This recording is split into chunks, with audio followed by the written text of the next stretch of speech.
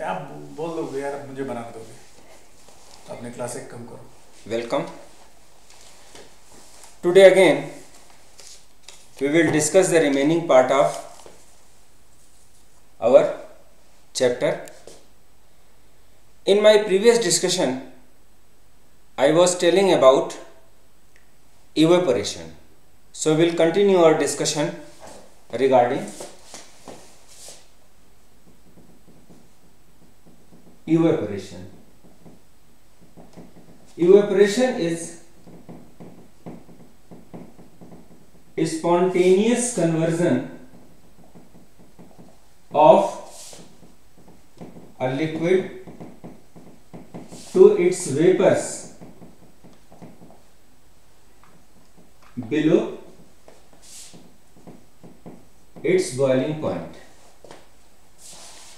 Boiling point is that temperature at which any liquid spontaneously changes to its vapors. But the process of evaporation takes place at lower temperatures than boiling point. That is first point of difference between boiling and evaporation.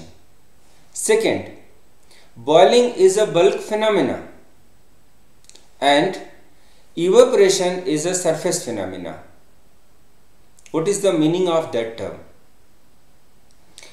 A bulk phenomena means conversion of liquid into vapors takes place from entire bulk of liquid which is present. While in case of evaporation, only molecules that are present at the surface of liquid, they moves in the vapor state. Now you learn it in this way, that this is a beaker. These are the two beakers, and this is, both of them are filled with water. And once this beaker 1 is heated with the help of a burner, its temperature first raises, and once this temperature reaches to 100 degrees Celsius, molecules will start converting into steam, and these molecules will move to the atmosphere from whole water which is present here. So this is actually bulk of water. Bulk of water means collection of water molecules, and then from the entire bulk molecules of water, they changes to their vapor state. So this is called a bulk phenomena. But in evaporation, conversion of liquid into vapors takes place only from the surface. What happens? These are the molecules that are present at the surface of liquid. These are the inner molecules. During movement, they go and collide with this molecule of surface. Transfer of energy take place, and this molecule which is present at the surface, its energies are increased, so it overcomes the forces of attraction and leaves the bulk of liquid, and this process is called evaporation. So evaporation is surface phenomena. Now it is a spontaneous process. Boiling is non-spontaneous and evaporation is spontaneous. Now what is difference between spontaneous and non-spontaneous? Spontaneous means something that takes place at its own, that is a natural tendency. Say for example, if I leave this marker from here, so it will automatically go down. I don't need to do any effort to throw it down. But if I have to pull this from the ground to this label, I have to invest energy. You take water, you just pour it. Where it will go? It will go upward or it will go downward? It will go downward. But the water which is present at the ground, if you have to store the same water in your overhead tank, you know, a water tank which is kept at the roof. So we need a motor, we need a pump. So falling of this marker towards the earth is spontaneous, while picking up the same marker from the earth to this level to any height is non-spontaneous. So spontaneous means something which naturally takes place at your own. No external energy is required, and non-spontaneous means something to carry out which you need to put energy. Evaporation is a spontaneous process. Conversion of liquid water into its vapors below its boiling point is a spontaneous process, and for that you don't need to do anything. It will take place at its own.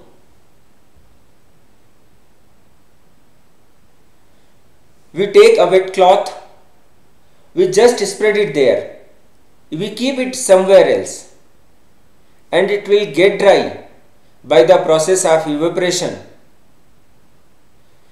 without doing anything else. But if we need to boil the water, we have to put it on a stove or a heater, or from some source we have to supply some energy.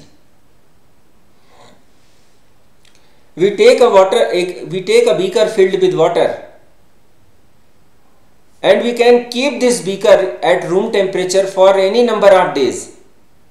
Water is not going to boil, but phenomena of evaporation will start immediately. So it is a spontaneous process. Now, conversion of liquid into vapors is done at the cost of energy absorbed from the surroundings. So there is decrease in energy of surroundings, and this decrease in energy appears in the form of cooling. Thereby evaporation results in cooling. A very simple example, all of you have seen that if we take little amount of alcohol or acetone or petrol, we put it on our palm, and immediately we feel cool. Reason? These are the volatile liquids, and they rapidly converts to their vapor phase by absorbing energy from our palm. So energy of the palm decreases, and this decrease in energy appears in the form of cooling. Another very common example is earthen pot or matka, surahi. An earthen pot is used to keep water, and water which is kept inside this earthen pot is cool. Again, the phenomena responsible for the process is evaporation. Phenomena which is responsible for the cooling of water is evaporation. Now what happens? Say for example, we have this type of an earthen pot, and we keep water here. So these walls of earthen pot, they have got micro capillaries. there are fine pores through which water which is kept inside the earthen pot comes at the surface of pot.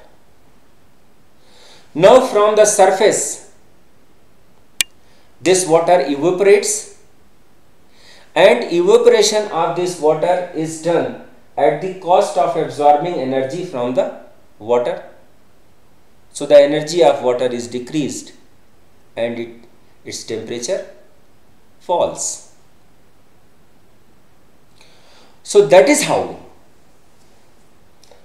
evaporation causes cooling.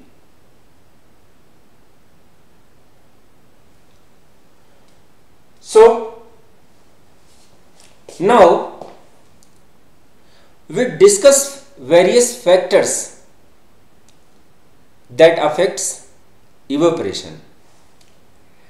Another point which is left out there, that in hot summers these fans, they give cooling. When a fan is on, it's moving, it gives cooling. Again, when fan is running, the kinetic energy of molecules increases. So it is expected that temperature will also rise and we are supposed to feel hot. But actually we feel cold because that wind causes evaporation of sweat and we feel cool. We feel cold. Now we discuss the factors affecting evaporation.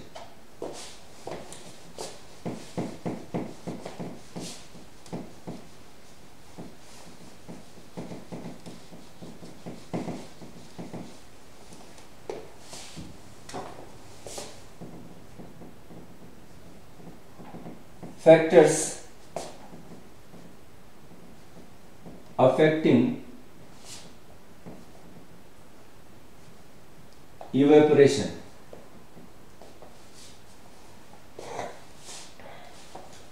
So one is surface area, two is temperature, three is wind speed, and fourth is humidity. So these are the four important parameters that affects the rate of evaporation. Let us understand them one by one. First we see about surface area. In order to understand the concept of surface area, let me ask you one simple question. After bathing, we put our towels for drying. So there are two boys, X and Y. One has kept his towel perfectly spread and one had kept it just out there, folded. Which towel is going to get dry first? The one which is spread. The one which is spread perfectly. Reason? When towel is put in a spread way, total surface area for evaporation is more. So evaporation takes place at a faster rate and towel gets dry faster. But when it is spread there, when it is not spread, it is folded. So what happens? Total surface area that is available for evaporation is reduced and towel takes more time to get dry. Or even it happens practically that at the surface it seems dry, but once you take it out and you spread it, you find that some parts are still wet. So surface area is directly proportional to the rate of evaporation. Means larger is surface area, faster is the rate of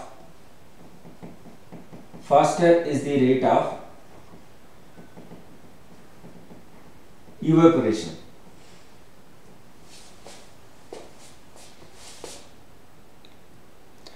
Now let us take one more example. You have been given a cup and plate, and that cup is filled with tea, and you want to drink it fast. What you do? You pour some tea in the saucer. Just wait and you can sip it faster. Reason? When the tea was placed in the cup, the surface area was less. So evaporation was also less and cooling was also less. If you keep the tea in cup only, it will take longer time to get cool.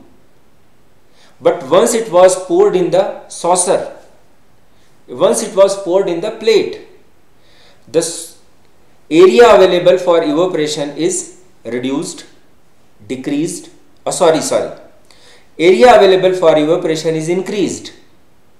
So that results in the faster cooling. And we are able to drink that tea easily. Similarly, we have a heap of hot rice in our plate. So what we do to cool it? We just spread it. So by spreading, what is done? Surface area of rice is increased. So the evaporation also becomes fast and water gets cooled easily. So surface area, rate of evaporation of any liquid is directly proportional to the surface area available for evaporation. Larger is the surface area, faster will be the rate of evaporation. Now we come to the next point, temperature.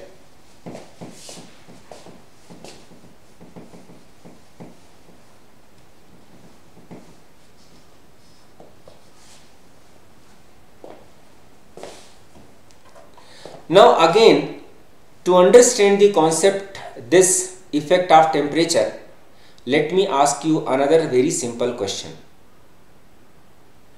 In which season our clothes get dry faster? In summer season or in winters? Summer season. So this answer itself tells you about the effect of temperature on the rate of evaporation. Higher temperature means surroundings has more amount of energy. So more amount of energy is supplied to the liquid which is supposed to evaporate, and faster will be the rate of evaporation.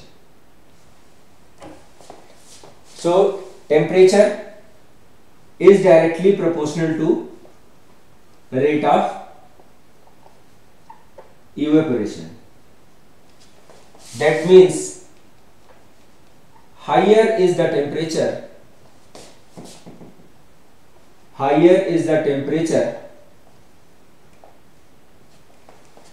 greater will be the rate of evaporation. Greater will be the rate of evaporation. Now we come to the next point, wind speed.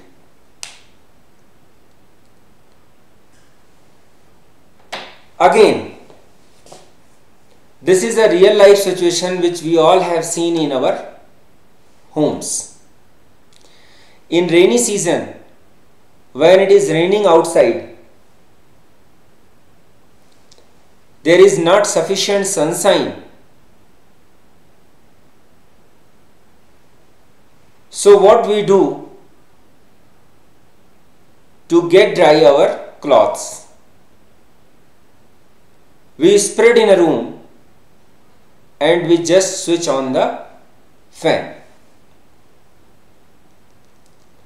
And those cloths get dry under the influence of that fan.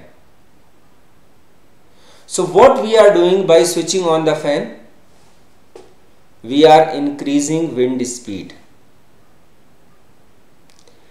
And increased wind speed increases the rate of evaporation and the cloths get dries faster. So wind speed is also directly proportional to the rate of evaporation. Faster is the wind speed, faster is the rate of evaporation. And finally we come to the last point, humidity.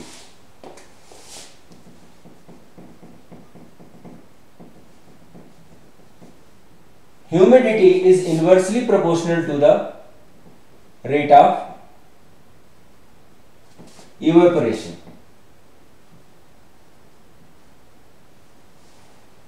If weather is dry, then rate of evaporation is fast.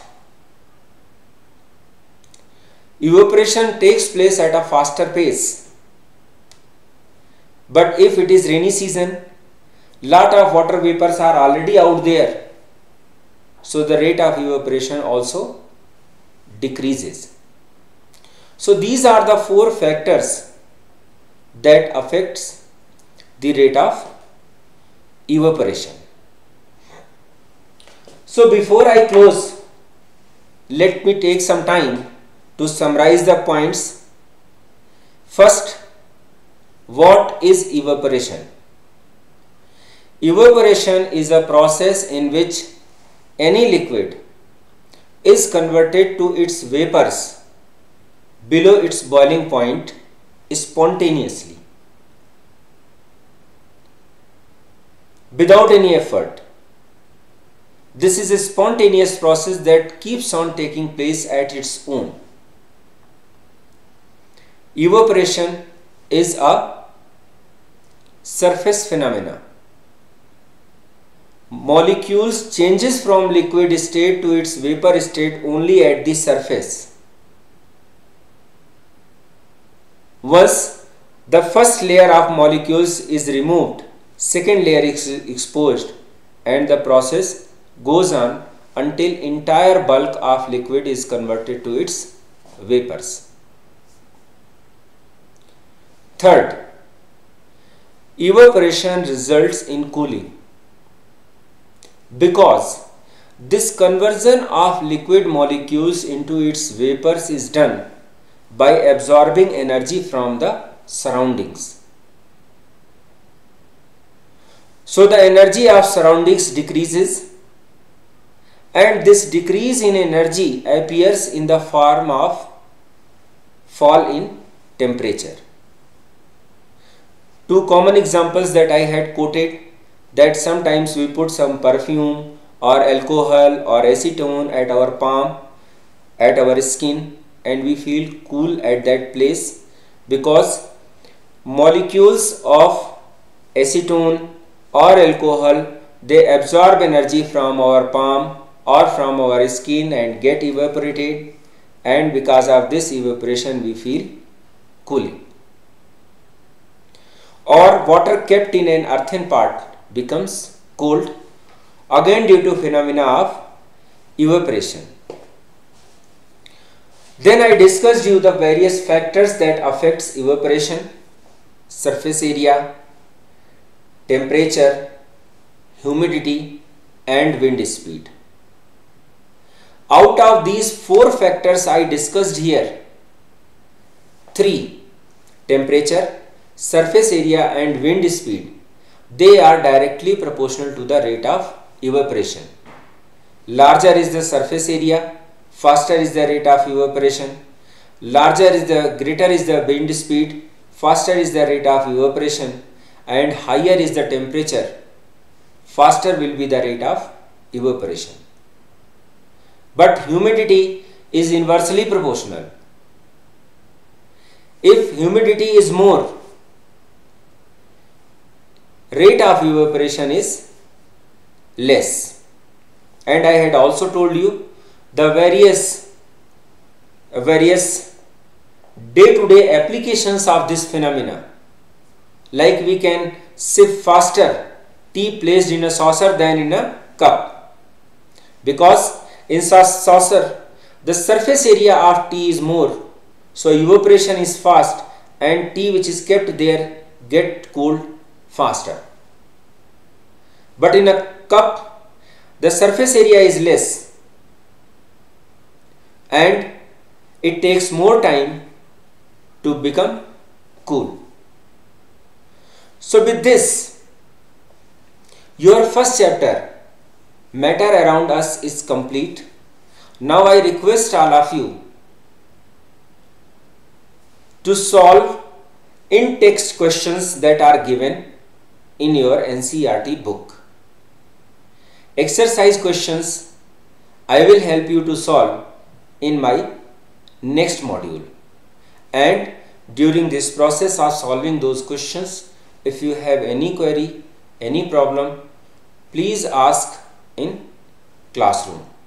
Soon I will also give you 1 or 2 worksheets on this chapter so that you can learn how to apply these concepts that you learned during the course of presentation.